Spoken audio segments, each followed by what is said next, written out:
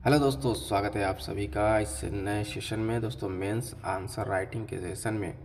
और आज हम लोग बात करेंगे कि दोस्तों मेंस आंसर राइटिंग में कैसे लिखा जाता है एक अच्छा उत्तर। ठीक है, कि ऐसी क्या क्वालिटी थी, what quality should be contain in that answer, कि एक आंसर को एक अच्छा आंसर के रूप में लिखा जा सके। ज़्यादा हम इसमें आपको बहुत सारी चीज़ों को ना एक्सप्लेन कर, बस आपको 5 से 6, ठीक है, 5 से 6 आपको ऐसे रूल बताएंगे जिस रूल को आप फॉलो करके आप एक अच्छा आंसर लिख सकते हैं। तो दोस्तों चलिए हम आपको फटाफट वो रूल बताते हैं। आप उससे बिल्कुल भी डाइवर्ट नहीं होना है। जो भी आप यूपीएससी का आंसर लिख रहे हो, मेंस का, ठीक है, या स्टेट पीसीएस का आंसर लिख रहा हूँ, हमने बहुत सारी कॉपियाँ भी अपलोड करी है। ठीक है, जो बच्चे लिख रहे हैं कॉपियाँ मेंस की, उससे आप देख के आप उससे सीख सकते हैं। ठीक है, उन कॉपियों की भी हम आगे डिस्कस करेंगे। लेकिन बहुत सारे लोगों का मैसेज था कि सर पहले आप वो क्या कहते हैं आंसर राइटिंग सेशन पे पहले बता दीजिए कैसे कैसे आंसर लिखना है ना। बहुत सारे लोगों को मैसेजेस थे टेलीग्राम पे। तो मैं सोचा कि चलो ठीक है, पहले इस पर एक वीडियो बना दे, देन आपको जो कापियाँ हम अभी अपलोड कर रखी हैं उन कापियों को 1 बाय 1 करके डिस्कस भी करेंगे। ठीक है, तो 1 बाय 1 करके डिस्कस भी करेंगे। तो चलिए फटाफट पहले कुछ पॉइंट्स देख लेते हैं, क्या दिमाग में रखना है एक आंसर लिखने से पहले। उसके बाद हम आपको बताएंगे कि जो ये रूल बहुत फेमस रहता है कि 753 का नियम क्या है। इसको हम पहले लास्ट में डिस्कस करेंगे, क्योंकि पहले उससे पहले जो कुछ पॉइंट उसको आपको हम बताते चले।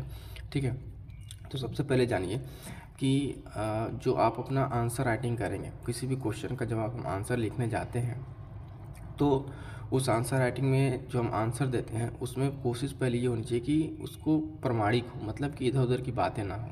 ठीक है, उसको प्रमाणित करने का मतलब ये है कि इस पहले पॉइंट में कि जो आप लिख रहे हैं ऑथेंटिक हो, ये नहीं कि कहीं की भी चीज़ें उठा के कुछ भी उसमें लिखे जा रहे हैं आंसर में। ठीक है, दूसरी चीज़ उसमें क्या ध्यान रखेंगे कि कीवर्ड का इस्तेमाल जो है, कीवर्ड का इस्तेमाल अगर बात करें तो उसका करें, मतलब जैसे ना कंक्रीट वर्ड, जिन वर्डों का एक अच्छे वर्ड है उनकी मीनिंग है, ऐसे वर्डों का आप इस्तेमाल करेंगे। उसके बाद से जो अपनी भाषा रखेंगे लिखावट की, वो आसान भाषा रखेंगे, बहुत ही क्लिष्ट शब्दों का प्रयोग नहीं करेंगे, तत्सम शब्दों का प्रयोग नहीं करेंगे, है ना। इस तरीके से आसान भाषा का रखेंगे जो चीज़ें समझ में, और राइटिंग थोड़ी साफ़ सुथरी रखेंगे। अगला पॉइंट क्या देखिए, ध्यान रखेंगे कि प्रेजेंटेशन का ख्याल रखेंगे। प्रेजेंटेशन मतलब किस तरीके से कॉपी में प्रेजेंट कर रहे हैं आंसर को। ठीक है, तो ये तो कुछ बेसिक पॉइंट्स हैं, लेकिन अभी हम आपको एग्जाम्पल के साथ लेके बताते हैं कि कैसे एग्जाम्पल में, थोड़ा सा इसको आप ध्यान से देखिए, अभी आपको समझ में आ जाएगी कि पॉइंट एक्सप्लेन करूँगा तो। ठीक है, बिल्कुल घबराना नहीं है। जैसे मान लीजिए कि ज्योग्राफी है, ठीक है, इंडियन ज्योग्राफी से मैं एज एग्जाम्पल ले रहा हूँ। पहला पॉइंट इसमें जो रूल, जब हम 5 से 6 रूल की हमने बात की थी ना, तो उसमें पहला क्या है कि जो आपको टॉपिक दिया हुआ है, ठीक है, टॉपिक को आपको क्या करना है, अच्छे तरीके से पढ़ना है। घबराना बिल्कुल नहीं है। जब आप पहले टॉपिक को पढ़िए और उसकी समझ विकसित कीजिए कि उस टॉपिक में पूछा क्या गया है, पहला पॉइंट। और जो टॉपिक को पढ़ने के साथ उसको मल्टीपल डायमेंशन में डिवाइड कर लीजिए। कैसे डिवाइड करना, आप तो पूछेंगे सर कैसे, आप तो कह दे रहे हैं कि डिवाइड कर लीजिए मल्टीपल डायमेंशन में, लेकिन कैसे हम डिवाइड करेंगे। जैसे एग्जाम्पल के तौर पर हम आपको बता दें कि सॉइल है, मान लीजिए सॉइल पे पूछा कि भारत के मिट्टियों के बारे में, या फिर जो पेनिनसुलर इंडिया में प्रायद्वीपीय पठार में मिट्टियाँ पाई जाती हैं उसके बारे में समथिंग कुछ क्वेश्चन पूछा है ABCD। ठीक है, वहाँ पर हम आपको बताएंगे कि मल्टीपल डायमेंशन कैसे विकसित किया जाता है। तो जैसे सॉइल है तो पहले आपके दिमाग में आना चाहिए कि सॉइल क्या है। ठीक है, सॉइल क्या है, सॉइल का फॉर्मेशन कैसे होता है, उसके फैक्टर क्या क्या है ना, उसका क्लासिफिकेशन क्या है, मतलब सॉइल आप समझ रहे, देखिए कैसे ये होता है डायमेंशन एक्सटेंड करना।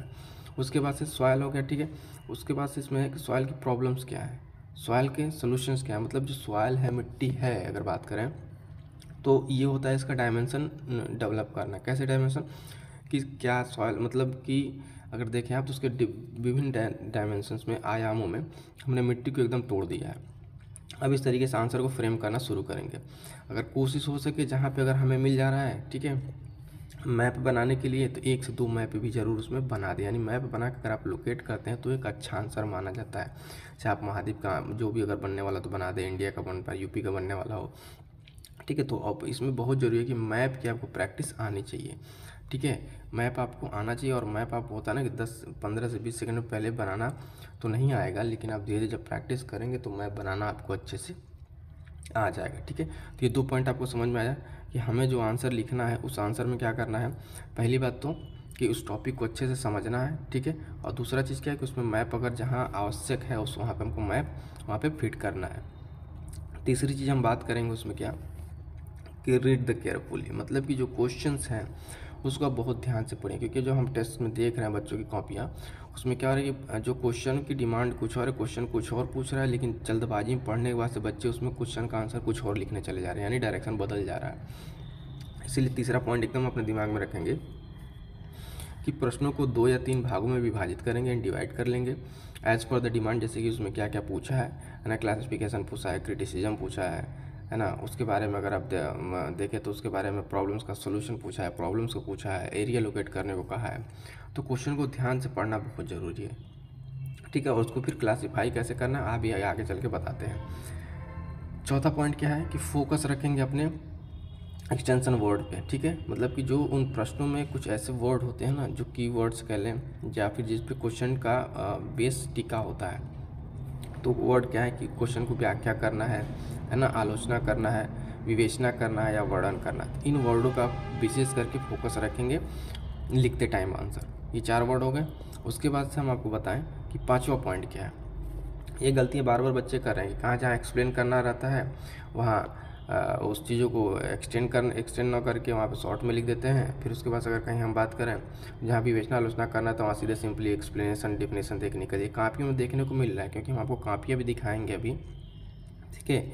एक आध 2 बच्चों की कापियाँ दिखाएंगे जो चेक हुई है, कापियाँ भी दिखाएंगे, वैसे अपलोडेड भी कापियाँ हैं, है ना। तो 5वां पॉइंट देखिए क्या हमें ध्यान में रखना है। 5वां पॉइंट है कि प्रश्नोत्तर अभ्यास हमेशा आयोग द्वारा निर्धारित मुख्य परीक्षा कॉपी के उत्तर में ही, उस वाले कॉपी में ही करें। मतलब क्या है कि इस चीज़ को भी एक रूल बना लीजिए कि जब भी हम लिखेंगे तो वो जो A4 साइड सीट आती है सीट, उसमें जो ऐसे बना रहता है कि यहाँ इस भाग में नहीं लिखना है, ये ऐसे, तो ये वाला जो भाग आपको मिलता है बीच में और ये वाइट पेज का, इसमें लिखने की प्रैक्टिस करेंगे। जहाँ हम देखिए अभी लाइन बना रहे हैं, इस वाले पोर्शन में जब आप लिखते हैं ना तो आपकी हाथों की राइटिंग जो इस पर सेट होती है, यानी बैठती है।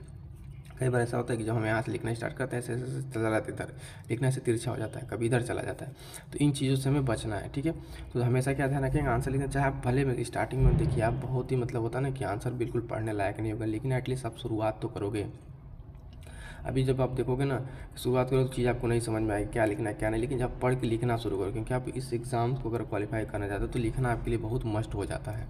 6वां पॉइंट क्या है, 6वां पॉइंट है दोस्त कि 6वें पॉइंट में कि फ्रेम, वही फ्रेम योर आंसर, यानी अभी हम जो यहाँ पर आपको सामने कहा ना कि उसको डिमांड के हिसाब से ब्रेक करना है, क्वेश्चन को डिमांड के हिसाब से। चौथे पॉइंट तीसरे पॉइंट में जो बता रहा था उसी चीज़ को हम क्या करना है, डिमांड के हिसाब से ब्रेक करना है। मतलब आंसर को अगर आप देखें तो फ्रेम करना है। कैसे फ्रेम करना है कि इंट्रो, ठीक है, मेन बॉडी और निष्कर्ष। कोशिश करेंगे कि जो डायग्राम और मैप है वो कहाँ हो, मेन बॉडी में हो, ठीक है।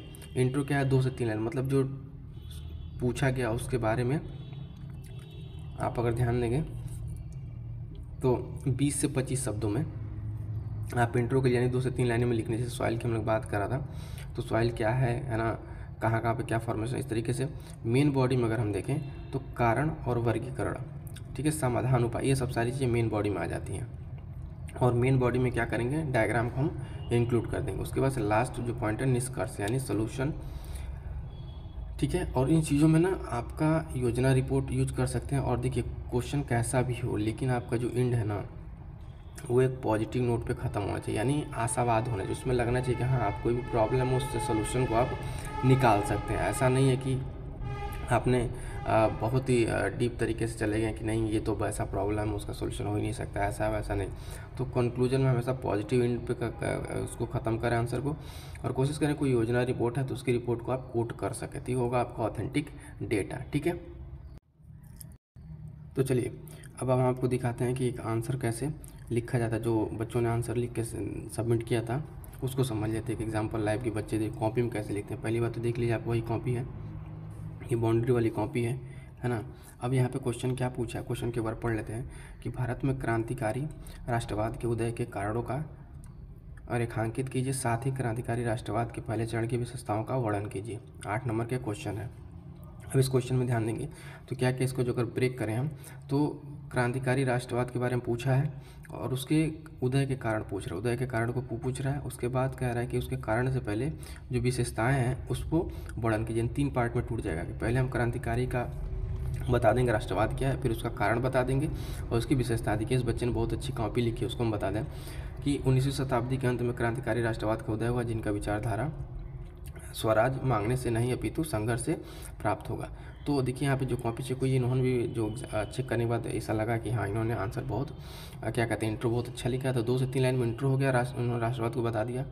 ठीक, इसके बाद अभी जो राष्ट्रवाद के कारण है, देखिए कारण कितने अच्छे से इन्होंने एक बॉक्स बना के सारे कारणों को जो कौन कौन से कारण थे राष्ट्रवाद उदय के, उनको यहाँ पे लिखा है। लेकिन अब जब कॉपी चेक होती है तो उस कॉपी में बताया गया कि देखिए क्या क्या चीज़ें और इसमें आप ऐड ऑन कर सकते हैं, इस तरीके से आंसर आप लिखेंगे। ठीक है, तो ये कारण हो गया आंसर का। और एक और आपको यहाँ पे बताते हैं कारण के बाद से अब जो इसकी विशेषताएं थी, विशेषताओं को देखिए कितने खूबसूरत तरीके से इन्होंने यहाँ पे लिखा है। जो भी सारी यहाँ पे विशेषताएं सबको यहाँ पे मेंशन कर दिया है। और जो कॉपी चेक करने के बाद जो इसमें आपको एक्सटेंशन और देना था वो चीज़ आपको बता दी गई। तो जो हमने यहाँ पे पॉइंट आपसे डिस्कस करा था ना कि आप आंसर को क्या करेंगे, इंट्रो, मेन बॉडी और कंक्लूजन में करेंगे। तो ये था दोस्तों आज एक छोटा सा सेशन। इस सेशन में हमने बात की किस चीज़ की, है ना, सेशन में हमने बात करा कि कैसे कुछ अच्छा उत्तर लिखा जाता है। तो दोस्तों आई होप सो कि आपको वीडियो पसंद आया होगा आपकी। और लास्ट पॉइंट दोस्तों जो हमने बताया था कि उत्तर लेखन का 753 नियम क्या है। इस नियम में बेसिकली देखो ये रूल ऐसा कुछ नहीं, लेकिन ये फाइनल जब आप आंसर राइटिंग आपकी डेवलप हो जाती है उस टाइम के लिए कि जब आप एक अच्छा आंसर लिखने लगें, उसके लिए कहा जाता है कि जो आप एक आंसर है ना, उस आंसर को आप क्या करें 7 मिनट में उस प्रश्न को उत्तर देने का लक्ष्य रखें। और उस जो क्वेश्चन का आंसर है उसको आप क्या करें, उस आंसर में कीवर्ड के संबंधित 5 बिंदु लिखें, 5 पॉइंट आपको आने चाहिए उस आंसर से लिखने के साथ साथ। और 3 क्या है कि मतलब जो उसमें बात कही गई है उसको आप एटलीस्ट 3 डायमेंशन 3 आयामों में विस्तृत कर सकें। तो ये एक बहुत आगे की चीज़ है, मतलब बेसिक में आप इस चीज़ को अप्लाई नहीं करेंगे 753 रूल, क्योंकि यहाँ पे आपको प्रॉब्लम हो जाएगी।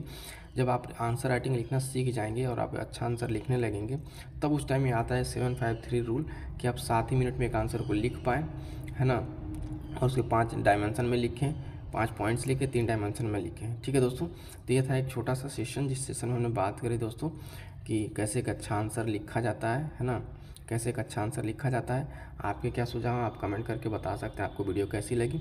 बाकी प्रैक्टिस के लिए चीज़ें चैनल पे अवेलेबल है, करंट अफेयर अवेलेबल है, आप जाकर देख सकते हैं। मिलते हैं किसी नेक्स्ट वीडियो में। Thank you so much.